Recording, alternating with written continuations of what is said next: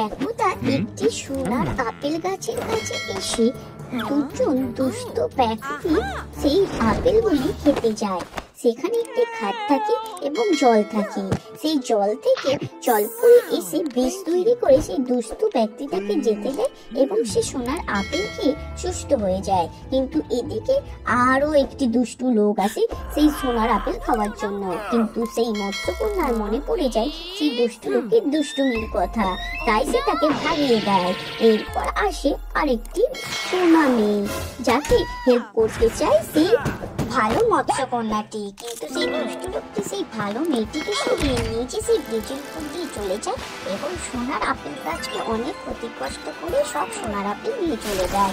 এরপর সেই ভালো মেয়েটি সেখানে পারাপার হয়ে যায় নিজেকে সুস্থ করার জন্য সেই সোনার আপেল খেয়ে, কিন্তু সে পারে না। মৎস্যকন্যা তাকে হেল্প করে, তাই সে আবার সোনার আপেল খায়।